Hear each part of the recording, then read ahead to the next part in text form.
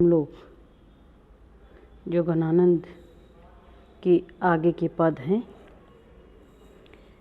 उनके बारे में अध्ययन करने की कोशिश करेंगे कि आगे के पदों में घनानंद क्या कहना चाहते हैं। आपके पद है,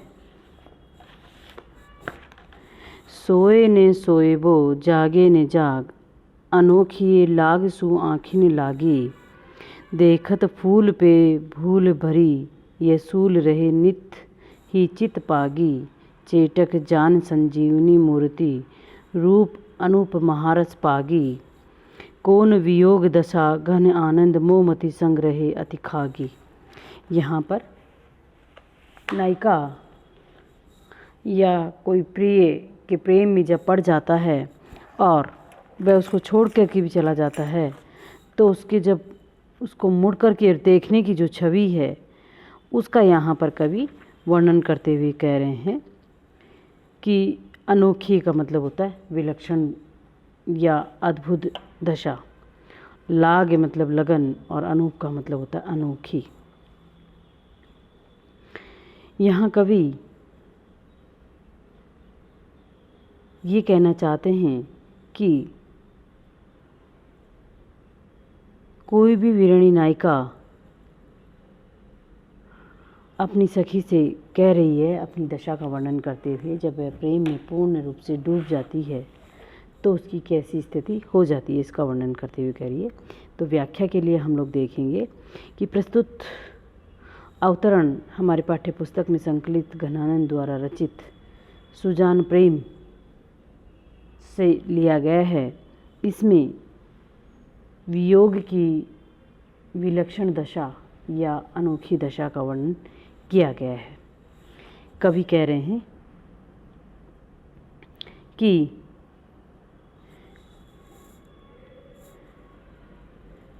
वियोग के कारण अर्थात प्रियतम से अलग रहने के कारण मेरी जो स्थिति है वो बहुत ही अद्भुत हो गई है, आश्चर्यजनक हो गई है। क्यों? सोए ने सोएबो जागे ने जाग, अर्थात ना तो मुझसे ठीक से सोया जाता है, मैं सोने पर भी नहीं सो पाती हूँ, जागे ने जाग, और जागते हुए भी मैं जाग स्मृति में नहीं रह पाती हूँ। क्यों? क्योंकि मुझे मेरा ही नहीं पता रहता है। अर्थात मैं ना तो ठीक तरीके से सो पाती हूँ और ना ही मैं ठीक तरीके से जग पाती हूँ। अर्थात ना तो मुझसे जगा जाता ना मुझसे सोया जाता है। और इस तरह से अनोखी लाग सु आँखिन लागी, और इस तरह से ये आँखें जो हैं अद्भुत सी हो गई हैं कि सोने और जागने के बीच में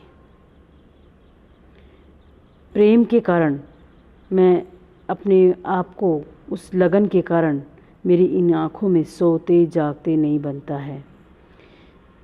देखत फूल पे भूल भूरी भरी है, सूल रहे नित ही चित लागी। अर्थात जब तक ये आँखें प्रियतम को देखती हैं, देखने के कारण सो नहीं पाती हैं, और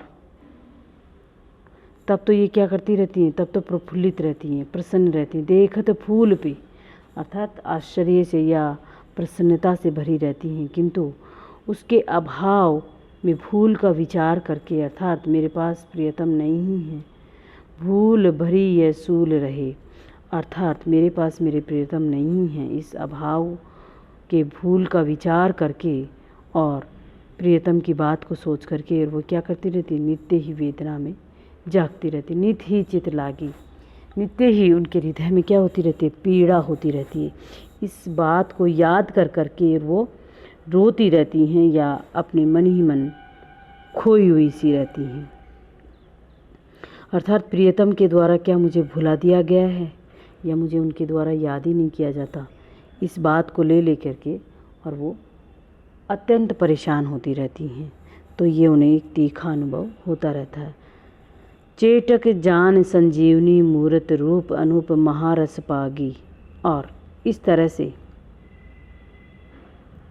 इस तीखे अनुभव, चेटक इस तीखे अनुभव उन्हें ऐसा नित्य ही होता रहता है, और इस तरह से अपने अनुपम व रूपवर्ती रस में डूबी हुई वह सुजान की जीवनदायिनी मूर्ति मेरे मति में अत्यंत धसी रहती है।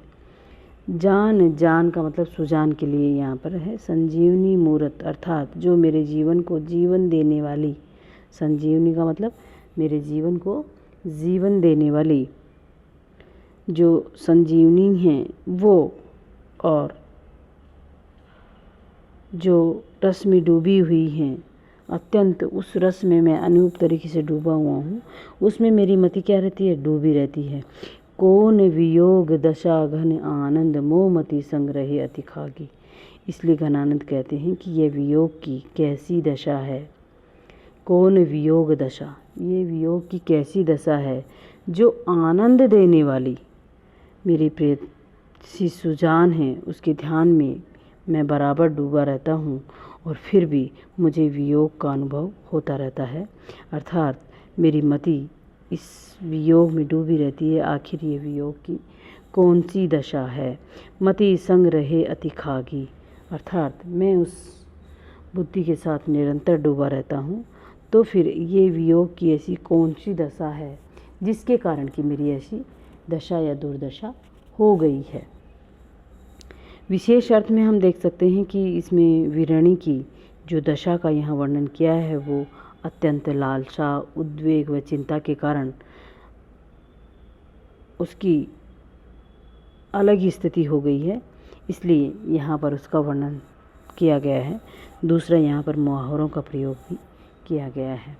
अगला पद हम लोग देख सकते हैं कि निषदोष खरी उर मांझ अरी, छवि रंग भरी मुरी चाहानी की, तकी मोरनी त्यों तक चख ढोर रहे, ढरिगे हिये ढोरनी बहनी की, चट दे कटी पे बड़ी प्राण गए गति सोमती, मैं अवगाहन की घन आनंद जान लखी तब ते, जक लागे मोही कराने की।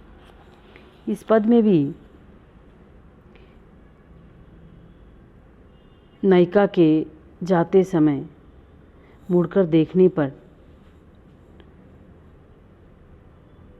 प्रसन्नता का भाव जब हो जाता है, तब उन मनोभावों को यहाँ पर प्रकट किया गया है। क्योंकि नायक के जाते समय नायक जा रहा है कहीं बाहर और पीछे जब अपनी प्रेयसी को चाहने की इच्छा की दृष्टि से वो मुड़ कर के देखता है और ऐसा देखता है कि पता नहीं मैं दोबारा मिल पाऊँगा या नहीं, तो वो जो उसकी मन स्थिति है या उसका रूप सौंदर्य है उसके बारे में कवि यहाँ वर्णन करते हुए कह रहे हैं। व्याख्या के लिए आप लोग देख ही सकती हैं कि प्रस्तुत पद्यांश हमारी पाठ्य पुस्तक में संकलित घनानंद द्वारा रचित सुजान प्रेम से लिया गया है। इसमें नायिका के जाते समय मुड़कर देखने की मुद्रा पर नायिका प्रसन्न हो जाती है और तब वह अपने मनोभावों को प्रकट करते हुए कहता है, जाते समय मुड़कर देखने की प्रियतम की आनंदमयी और उस उत्तम छवि मेरे हृदय में क्या हो गई, दिन रात स्मृति रूप में उस प्रकार घुस गई है। निर्दोष दिन और रात मेरे मन में इस तरह से रच बस गई है कि उर मांझ अरी, कि अब हमेशा हमेशा के लिए हर समय समाई रहेगी, मेरे हृदय में हमेशा हमेशा के लिए बसी रहेगी। छवि रंग भरी मुरी चाहाने की, यहाँ पे वर्णन है ना कि छवि, वो ऐसा सौंदर्य, वो ऐसी छवि जो मुझे मुड़ कर के देखने की चाहने की जो इच्छा थी उनकी, वो मेरे हृदय में अब दिन रात ऐसे बरच बस गई है कि अब निकाले भी नहीं निकल सकती है। तकी मोरनी त्यों चख ढोर रहे, और जैसे ही उन्होंने मुझे मुड़कर देखा, त्यों ही मेरे जो चख नेत्र हैं उनकी ओर उनके साथ साथ जाने लगे। डरिबे हिये ढोरनी बहानी की, और मेरा हृदय भी भाव विहील होकर के उनकी तरफ ही जाने लग गया था। अर्थात मेरे नेत्र उनके साथ हो लिए और प्रवाह की ढलने के समान मेरा हृदय उनकी ओर ढलकर बहने लगा। अर्थात उस प्रेम में मैं पूर्ण रूप से डूब गई थी। जब वो जाने लगे तो मुझे मुड़ कर के और उनकी देखने की इच्छा ने मुझे ये साबित कर दिया कि वो भी मुझे इतना ही चाहते हैं। इसलिए उसके मन में वह जो छवि है और अधिक आकर्षित और अधिक अच्छी सी हो गई है। यहाँ पर चट दे कटी पे बढ़ी गए प्राण। तब वह नायिका अपनी कमर में शीघ्रता से बल देकर जैसे ही आगे बढ़ी आगे जाने के लिए, वैसे ही मेरे प्राण मन में तन्मयता से डूबते हुए उसके साथ ही चल दिए। गति सो मति में अवगाहन, अवगाहन का मतलब था धंसना या उसमें घुसना। तो मेरे प्राण भी जो हैं उसी के साथ साथ वहाँ तक चले गए हैं। इसलिए घनानंद कह रहे हैं, घन आनंद जान लखी तब ते। इसलिए घनानंद कह रहे हैं कि जब से मैंने घन आनंद अर्थात आनंद देने वाली प्रियतम सुजान को देखा है, तब से जग लागी, तब से मुझे कराहने की अर्थात उस विरह में पीड़ित होने की दशा सी हो गई है, क्योंकि मैंने अपनी प्रियतमा की प्रेम से डूबी हुई भंगिमा को देखा है और तब से मैं यहाँ पर करा रहा हूँ। यहाँ पर विशेष अर्थ में हम लोग देख सकते हैं तकी मोरनी अवगाहन की, अर्थात जैसे उनके मुड़कर देखने की छटा मेरे हृदय में आई, वैसे ही मुड़कर जब वे मुड़े तो मेरे नेत्र जो हैं उनके पीछे चले गए और उन नेत्रों के रास्ते पे मेरा हृदय भी ढल करके और उनके साथ चला गया। इसलिए ऐसा लग रहा है कि जब से वो गए हैं, जब से मेरा मन और मेरी आँखें मेरे खुद के वश में नहीं हैं, क्योंकि ये उनके साथ चले गए हैं। इन्होंने उस रूप सौंदर्य का दर्शन कर लिया है जिसकी ओर अब इनका ध्यान एक पल के लिए भी अलग नहीं होता। इसलिए ये जो मेरे नेत्र हैं ये तभी वापस अपनी स्थिति में आएंगे जब उनको मेरे सामने वापस देखेंगे। नायक ये यहाँ पर कहना चाह रहा है। और विशेष में हम देख सकते हैं कि नायिका की जो आसक्ति एवं विवशता का यहाँ पर सुंदर वर्णन किया गया है। मुहावरों का भाव के अनुरूप प्रयोग है, अनुप्रास अलंकार है यहाँ पर और सवैया छंद है। ठीक है, आगे के पद हम लोग कल देखेंगे।